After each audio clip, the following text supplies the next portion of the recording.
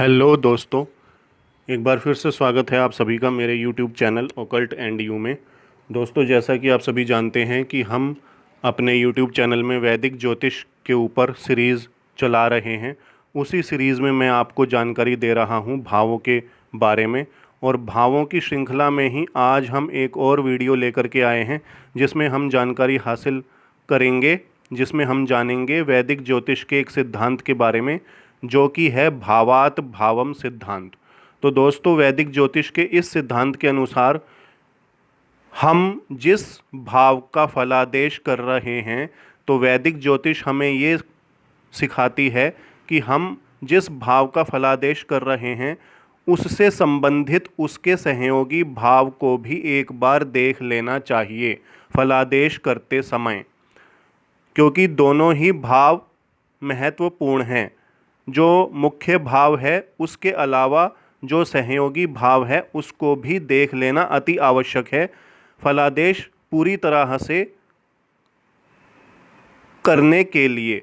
तो आइए हम इसी सिद्धांत के ऊपर जानकारी हासिल करते हैं कि ये भावात भावम सिद्धांत कैसे काम करता है। तो दोस्तों, इसके अनुसार हर भाव का एक सहयोगी भाव होता है और वो भाव फिक्स है और उसका सहयोगी भाव भी फिक्स है। तो उस किसी भाव के सहयोगी भाव को जानने के लिए हमें उसी भाव से गिनती करके उसी नंबर तक गिनती करनी होती है। जैसे कि हमें अगर प्रथम भाव का सहयोगी भाव जानना है तो हमें प्रथम भाव से गिनती शुरू करके एक तक गिनती करनी होती है। तो प्रथम भाव का सहयोगी भाव हो गया प्रथम भाव ही। तो प्रथम भाव ही प्रथम भाव का सहयोगी भाव है। इसी प्रकार से अगर हम द्वितीय भाव के सहयोगी भाव को जानना चाहते हैं तो द्वितीय भाव से गिनती कीजिए 2 तक। तो द्वितीय भाव हो गया 1 और तृतीय भाव हो गया 2। तो यानी कि द्वितीय भाव का सहयोगी भाव तृतीय भाव हुआ। इसी प्रकार से तृतीय भाव का सहयोगी भाव आपका 5th हाउस होगा, यानी कि पंचम भाव होगा। इसी प्रकार से चतुर्थ भाव का सहयोगी भाव सप्तम भाव होगा, क्योंकि चतुर्थ भाव से चौथा भाव सप्तम भाव है। और पांचवें भाव का सहयोगी भाव नवम भाव होगा। छठे भाव का सहयोगी भाव एकादश भाव होगा। सप्तम भाव का सहयोगी भाव प्रथम भाव होगा और अष्टम भाव का सहयोगी भाव तृतीय भाव होगा। और इसी प्रकार से नवम भाव का सहयोगी भाव आपका 5th हाउस यानी कि पंचम भाव होगा और दशम भाव का सहयोगी भाव सप्तम भाव होगा और एकादश भाव का सहयोगी भाव नवम भाव होगा और द्वादश भाव का सहयोगी भाव एकादश भाव होगा, क्योंकि द्वादश भाव से 12वां भाव एकादश भाव होता है। तो इस प्रकार से हम प्रत्येक भाव का सहयोगी भाव पहले जान लेंगे। उसके बाद हम अगर प्रथम भाव का फलादेश करना चाहते हैं तो प्रथम भाव को ही देखेंगे, क्योंकि प्रथम भाव ही प्रथम भाव का सहयोगी भाव है। उसी प्रकार से अगर हम द्वितीय भाव का फलादेश करना चाहते हैं तो हम द्वितीय के साथ साथ तृतीय भाव भी देखेंगे, क्योंकि द्वितीय भाव का सहयोगी भाव यानी कि द्वितीय से दूसरा भाव तृतीय भाव है। इसी प्रकार से अगर हम तृतीय भाव का फलादेश करना चाहते हैं तो हम पंचम भाव भी देखेंगे, क्योंकि तृतीय भाव से तीसरा भाव पंचम भाव आता है। इसी प्रकार से चतुर्थ भाव का फलादेश करने के लिए हम चतुर्थ भाव के साथ साथ सप्तम भाव भी देखेंगे, क्योंकि चतुर्थ का चतुर्थ सप्तम भाव है। इसी प्रकार से 5th हाउस का 5th हाउस नवम भाव। तो हम 5th हाउस का फलादेश करने के लिए 5th हाउस के साथ साथ नवम भाव को भी देखेंगे। इसी प्रकार से 6th हाउस का या छठे भाव का या षष्ठम भाव का सहयोगी भाव हुआ आपका एकादश भाव। तो हम षष्ठम भाव से षष्ठम यानी कि षष्ठम से षष्ठम एकादश भाव को भी यहाँ देखेंगे। अगर हम षष्ठम भाव का फलादेश कर रहे हैं तो हम एकादश भाव को भी उसके साथ साथ देखेंगे। इसी प्रकार से सप्तम भाव से सप्तम भाव हुआ प्रथम भाव, तो सप्तम से सप्तम प्रथम होने की वजह से हम सप्तम के साथ साथ प्रथम भाव का भी फलादेश चेक करेंगे, फलादेश देखेंगे। तो सप्तम का तो देखेंगे ही देखेंगे सप्तम का फलादेश करने के लिए, लेकिन सप्तम के साथ साथ प्रथम भाव को भी देखेंगे। इसी प्रकार से अष्टम से अष्टम तृतीय भाव हुआ, तो अगर हमें अष्टम का फलादेश करना है तो हमें अष्टम के साथ साथ तृतीय भाव भी देखना पड़ेगा। इसी प्रकार से नवम से नवम फिफ्थ हाउस हुआ, तो अगर हमें नवम भाव का फलादेश करना है तो हमें फिफ्थ हाउस भी देखना पड़ेगा। इसी प्रकार से दशम से दशम सेवेंथ हाउस हुआ यानी कि सप्तम भाव हुआ, तो हमें दशम के साथ साथ दशम का फलादेश करने के लिए सप्तम भाव भी देखना पड़ेगा। इसी प्रकार से एकादश नवम भाव हुआ, तो अगर हमें एकादश का फलादेश करना है तो हमें एकादश के साथ साथ नवम भाव भी देखना पड़ेगा। इसी प्रकार से द्वादश का द्वादश एकादश भाव हुआ, और अगर हमें द्वादश का फलादेश करना है तो हमें द्वादश के साथ साथ एकादश भाव भी देखना पड़ेगा। अब आइए जानते हैं कि इन्हीं भावों को सहयोगी भाव क्यों रखा गया है। तो देखते हैं, प्रथम का सहयोगी भाव प्रथम ही है, क्योंकि प्रथम है आप, प्रथम है लग्न, तो लग्न का सहयोगी लग्न ही होगा, क्योंकि आपका सहयोगी आप ही होंगे और कोई नहीं हो सकता। इसी प्रकार से द्वितीय भाव से हम धन और फैमिली के बारे में देखते हैं, तो धन और फैमिली हमारे पास तभी अच्छा आएगा, अच्छा धन हम तभी प्राप्त कर पाएंगे और हम अपने फैमिली के साथ तभी सुखी रह पाएंगे जब हमारा तृतीय भाव यानी कि जो कि मेहनत का भाव है वो सक्सेसफुल होगा। यानी कि जब हमारी मेहनत ठीक ठाक होगी, जब हमारी मेहनत सक्सेसफुल होगी, तो ही हम धन अर्जित कर पाएंगे और धन संचय कर पाएंगे और अपनी फैमिली के साथ सुख से रह पाएंगे। और इसी प्रकार से तृतीय जो कि मेहनत का भाव है, तृतीय से तृतीय पंचम को इसलिए देखते हैं क्योंकि पंचम है ज्ञान का भाव। तो जब हमारे पास ज्ञान होगा, बुद्धि होगी, तभी हम मेहनत कर पाएंगे। इसीलिए तृतीय से तृतीय पंचम भाव को भी देखना ज़रूरी है। इसी प्रकार से चतुर्थ भाव है सुख का भाव।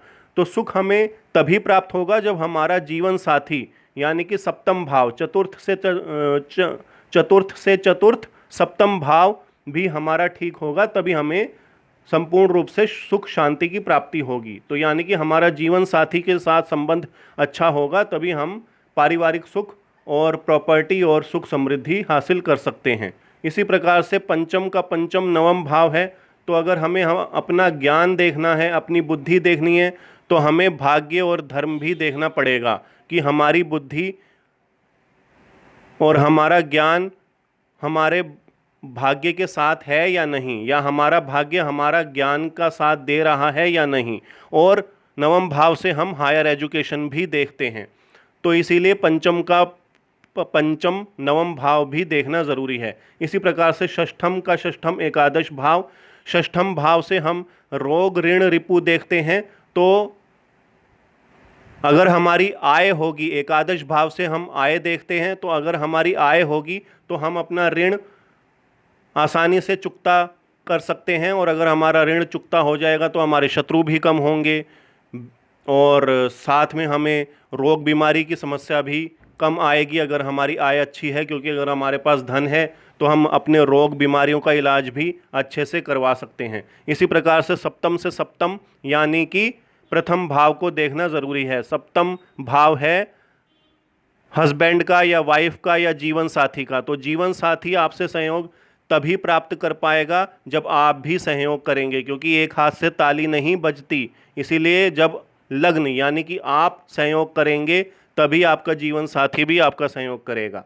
इसी प्रकार से अष्टम से अष्टम आयु भाव देखेंगे, तो आयु जानने के लिए अष्टम से अष्टम यानी कि तृतीय भाव देखना भी ज़रूरी है, क्योंकि अगर हम मेहनत करेंगे तभी हम अपनी आयु को अच्छे से जी सकते हैं, और अगर हम मेहनत करेंगे तभी हमारी आयु में वृद्धि हो सकती है। तो इसी प्रकार से नवम देखेंगे तो अगर हमारा भाग्य हमें देखना है तो हमें अपना ज्ञान भी देखना होगा, क्योंकि हम अपने ज्ञान से अपना भाग्य चमका सकते हैं। अगर हमारे पास ज्ञान है, हमारे पास बुद्धि है, तो हमारा भाग्य उससे चमक सकता है। और इसी प्रकार से दशम से दशम यानी कि सप्तम भाव, और दशम भाव होता है आपके कार्य क्षेत्र का भाव। तो अगर हमें अपना कार्य क्षेत्र देखना है तो कार्य क्षेत्र में अपने जीवन साथी का संयोग भी देखना पड़ेगा। और सप्तम भाव जो है पार्टनरशिप को भी दिखाता है। तो अगर आप बिजनेस में कार्य क्षेत्र में हैं, बिजनेस के कार्य क्षेत्र में हैं, तो आपको अपनी पार्टनरशिप्स भी देखनी होंगी सप्तम भाव से। तो इसी प्रकार से अगर हम एकादश भाव का फलादेश करना चाहते हैं तो हमें अपने नवम भाव को भी देखना पड़ेगा, क्योंकि हमारा भाग्य हमें जितनी ज़्यादा क्लाइंट्स दिला सकता है या हमारा भाग्य जितना अच्छा है उतनी अच्छी हमारी आय होगी। कहते हैं ना कि किस्मत से ज़्यादा कभी किसी को कुछ नहीं हासिल होता। तो अगर आपकी किस्मत अच्छी है, आपका भाग्य अच्छा है, तो ही आपकी आय अच्छी प्राप्त हो पाएगी। या आप ये भी कह सकते हैं कि आपका भाग्य आपकी आय में वृद्धि कर पाएगा। अगर आपका भाग्य अच्छा है तभी आपकी आय अच्छी हो पाएगी। उसी प्रकार से द्वादश से द्वादश, अगर द्वादश का फलादेश करना है तो द्वादश से द्वादश यानी कि एकादश भाव को भी देखना ज़रूरी है, क्योंकि अगर आपकी आय होगी तभी आपका व्यय आप करने लायक होगे, क्योंकि द्वादश भाव व्यय का भाव है। और व्यय तभी कर पाओगे आप जब आपकी आय होगी, यानी कि आपका एकादश भाव अच्छा होगा तभी आपका द्वादश भाव भी अच्छा होगा। अगर आपकी आय अच्छी है तभी आप व्यय अच्छा कर पाओगे। तो ये होता है भावात भावम का सिद्धांत, जिसमें एक भाव को देखने के लिए उसी के सहयोगी भाव को देखना भी उतना ही आवश्यक है जितना मुख्य भाव को देखना। अब आइए कुछ और जानकारी हासिल करते हैं इस भावात भावम प्रिंसिपल या सिद्धांत के ऊपर। दोस्तों, इसमें मैंने आपको दिखाया है कि अगर मुख्य भाव और भावात भावम भाव का विचार करना हो तो हम किस प्रकार से कर सकते हैं। जैसे कि अगर आपका मुख्य भाव जो है वो अच्छा है, मुख्य भाव अच्छा है और भावात भावम का भाव भी अच्छा है। भावात भावम से जो आपने भाव निकाला, जैसे कि प्रथम का भावात भावम भाव हुआ प्रथम, द्वितीय का भावात भावम भाव हुआ द्वितीय, ये तृतीय। तो अगर आपका द्वितीय भाव अच्छा है और तृतीय भाव भी अच्छा है तो आपका फल सर्वोत्तम आएगा। और अगर आपका द्वितीय भाव अच्छा है यानी कि मुख्य भाव अच्छा है लेकिन तृतीय भाव उतना अच्छा नहीं है या उतना स्ट्रॉन्ग नहीं है तो आपका फल सामान्य आएगा। और अगर आपका मुख्य भाव खराब है अगर आपका मुख्य भाव खराब है लेकिन भावात भावम भाव आपका अच्छा है, यानी कि सपोज कीजिए द्वितीय भाव आपका खराब है जो मुख्य भाव है, तो द्वितीय भाव का भावात भावम भाव हुआ तृतीय भाव, क्योंकि द्वितीय से द्वितीय तृतीय होता है। तो अगर मुख्य भाव आपका खराब है लेकिन भावात भावम भाव आपका अच्छा है तो आपका जो फलादेश आएगा वो अशुभता में थोड़ी कमी लेकर के आएगा, लेकिन विलंब से कार्य होंगे आपके। और अगर मतलब कार्य तो हो जाएंगे, शुभ फल तो आपको प्राप्त होंगे लेकिन विलंब से प्राप्त होंगे। और अगर आपका मुख्य भाव खराब है और भावात भावम भाव भी आपका खराब है, यानी कि द्वितीय भाव भी आपका खराब है और द्वितीय का द्वितीय तृतीय भाव भी खराब है, तो आपका नकारात्मक फल आएगा।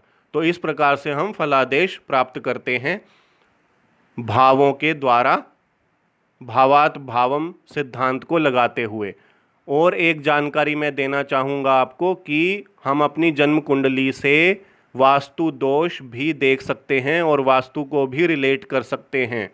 तो जन्म कुंडली से वास्तु कैसे देख सकते हैं और वास्तु दोषों को कैसे रिलेट कर सकते हैं, उसके ऊपर मैं अलग से श्रृंखला लेकर के आऊँगा। लेकिन अभी आज की वीडियो में फ़िलहाल मैं इतनी जानकारी दे रहा हूँ आपको कि कुंडली का जो प्रथम भाव होता है वो पूर्व, जो प्रथम भाव होता है वो पूर्व की दिशा को दिखाता है और द्वितीय और तृतीय भाव ईशान कोण को दिखाते हैं। और चतुर्थ भाव उत्तर दिशा को दिखाता है। पंचम और षष्ठम भाव वायव्य कोण को दिखाते हैं या वायव्य दिशा को दिखाते हैं। और सप्तम भाव वेस्ट को दिखाता है, यानी कि